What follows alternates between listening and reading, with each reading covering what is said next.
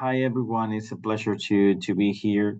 So we are here just to share what the city of Malaga is doing in accessibility, which is really remarkable and really important. I want you to know that today I'm here joined by a part of my team, who is Pilar from the Malaga Tourism Board and Ricardo also from the Malaga Tourism Board. But also it's very important you to know that this accessibility plan has been created in collaboration between the private sector, the institutions working on accessibility, and other different parts of the city council, and has been built between all the different actors and agents that are involved into this important task. And there are two people that are also joining us today here.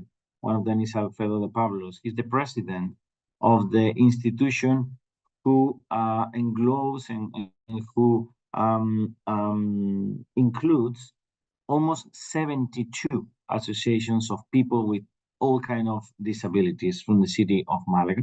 And Mariluz Alcarazo, she is the chief of section in the area of social rights, diversity, equality, and accessibility of the city council. So this means that this has been done by a lot of people.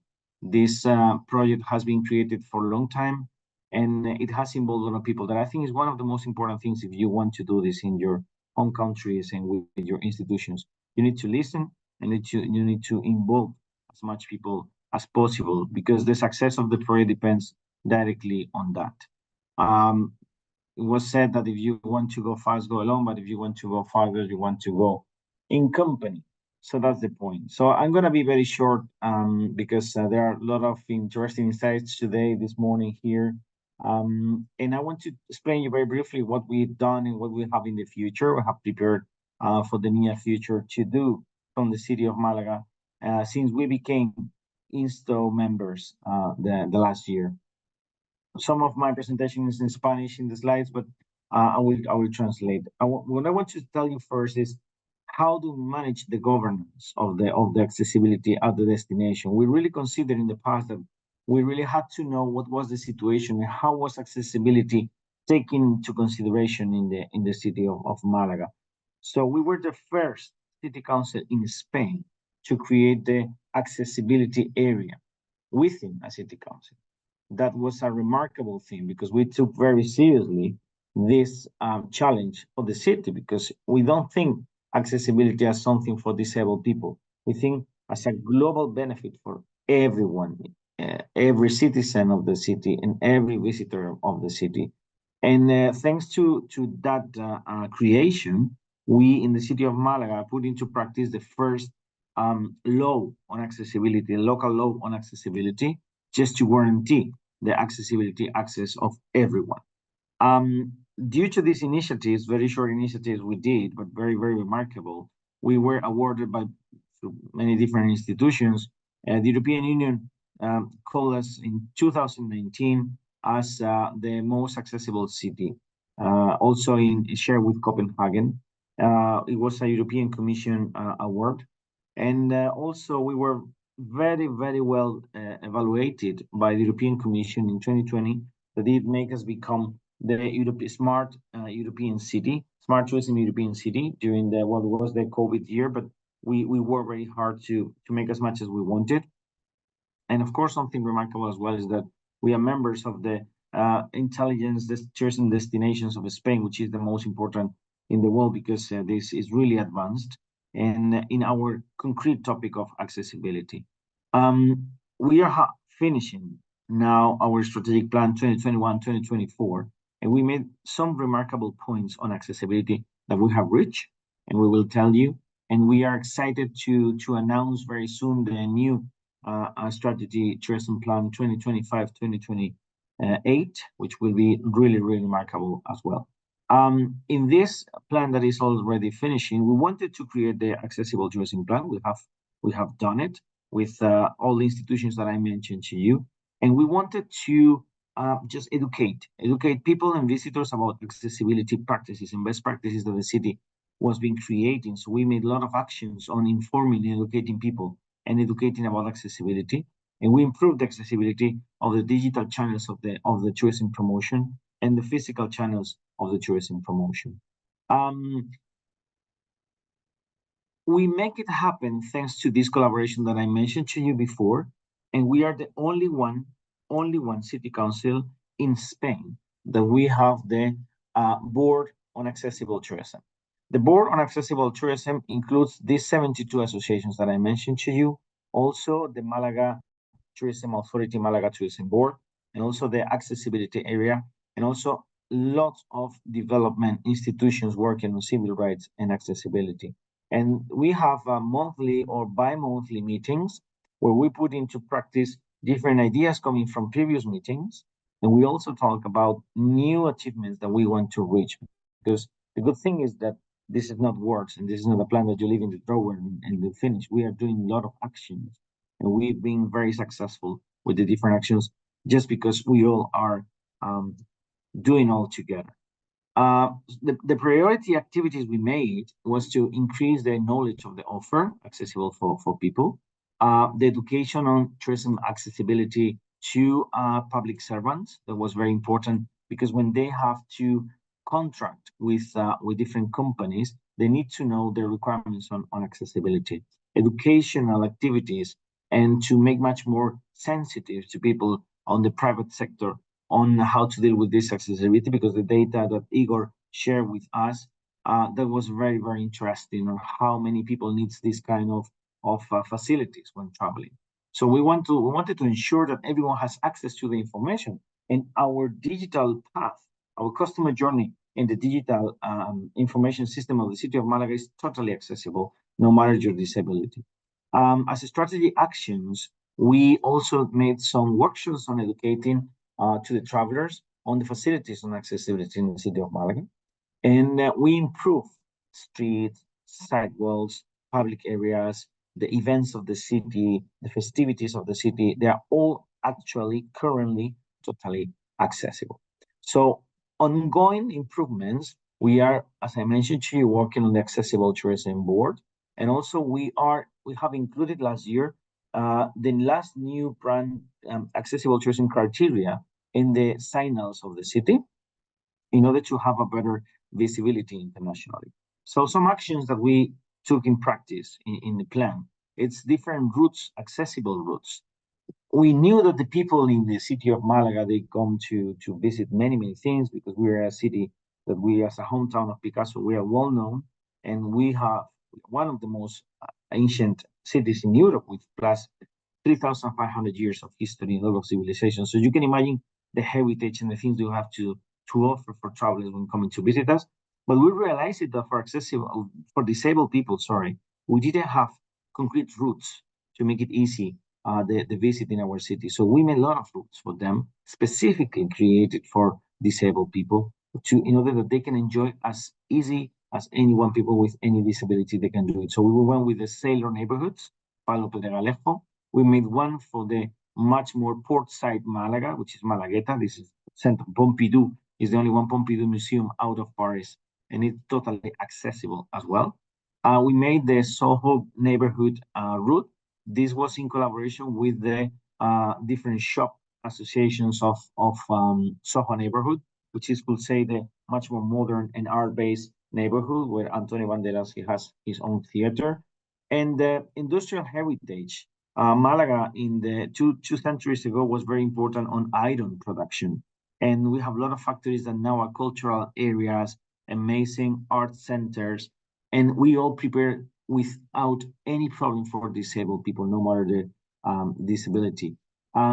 These industrial areas I mentioned to you, you can see some chimneys there. Sugar was also very important here, and we want that people will enjoy these areas of the city. It was very challenging to adapt the natural areas of these people because we have two rivers in the city of Malaga that they make kind of delta when they live into the sea, and this nature area is outstanding. And we create, as you can see, some bridges absolutely accessible. This is the largest wooden-made bridge in Europe, and we made it specifically for people that could do kind of walking or Nordic walking by the rivers and by the sea area. They could do it without any problem. That was so challenging, but we made a website specifically for this.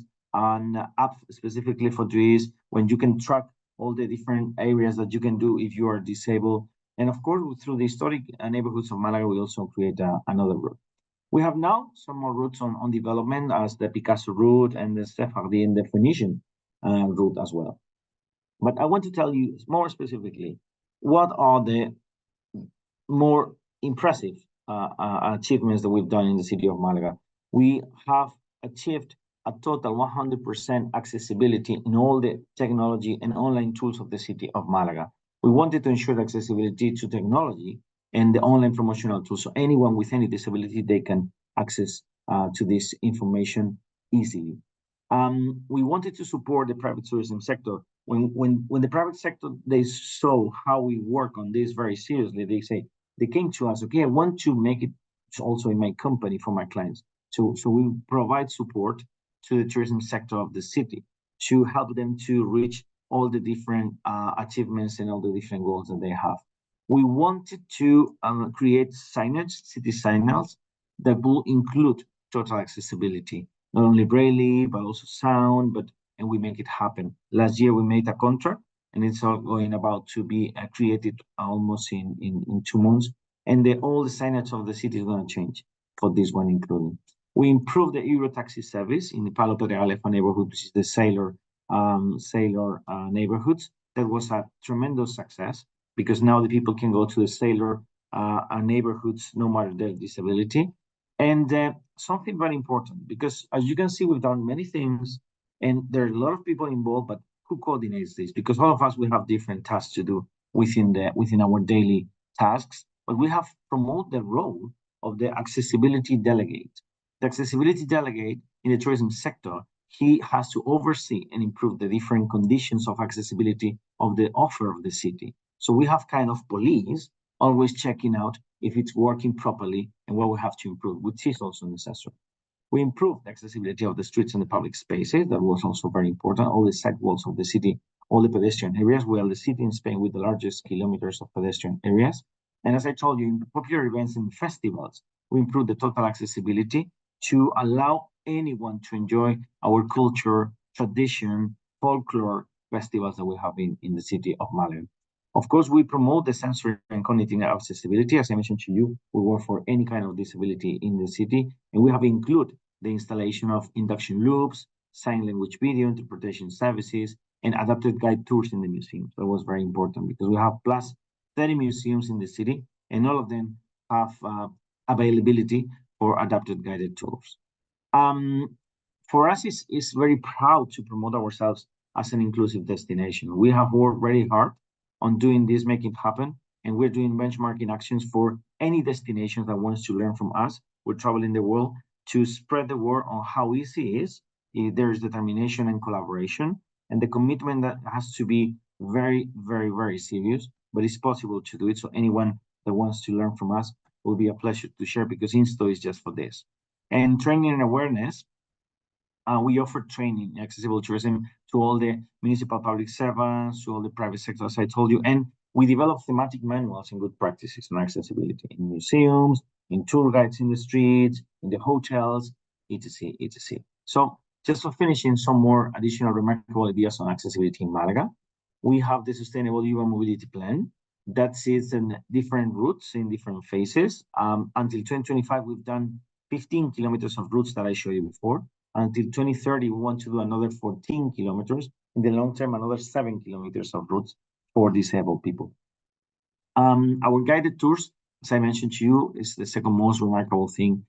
We did annual guided tours with accessibility criteria, including all the associations of the city. So we create specific guided tours to be joined and enjoyed by all the disabled people of the city, thanks to the organizations that really, really, really support us to make it happen. And the public transport improvement. The Metro of Malaga, it's the only one that has been certified in southern Spain with the UNE 17001 practices, the standard for universal accessibility management. So imagine that how easy it is to move in the public transportation here in the city of Malaga, since we have everything, the information panels, the announcements for stops, the 100% of fleet equipped with ramps to reduce mobility, which is very, very remarkable. Also for people not disabled, but people which is having an elderly age. At the beaches, we have the Enjoy the Beach program, and we have different beaches with assisted bathing services, chairs, amphibious, restrooms, showers for disabled people in different beaches, and that this is very appreciated by the people that wants to come to our city. And of course, different mobile applications, specifically for the buses of Malaga, for people with disabilities, and information about different slots and different routes that could happen in around the city. So at the end, we've done a huge and hard job. We think it's not enough because the universal accessibility is good for everyone. And we are really devoted with the people that I mentioned at the beginning, these people joining us from the institutions and my colleagues of the tourism board. We are working to show to the world that accessibility is something that should be mandatory, and it's absolutely beneficial for everyone, no matter they are disabled or not.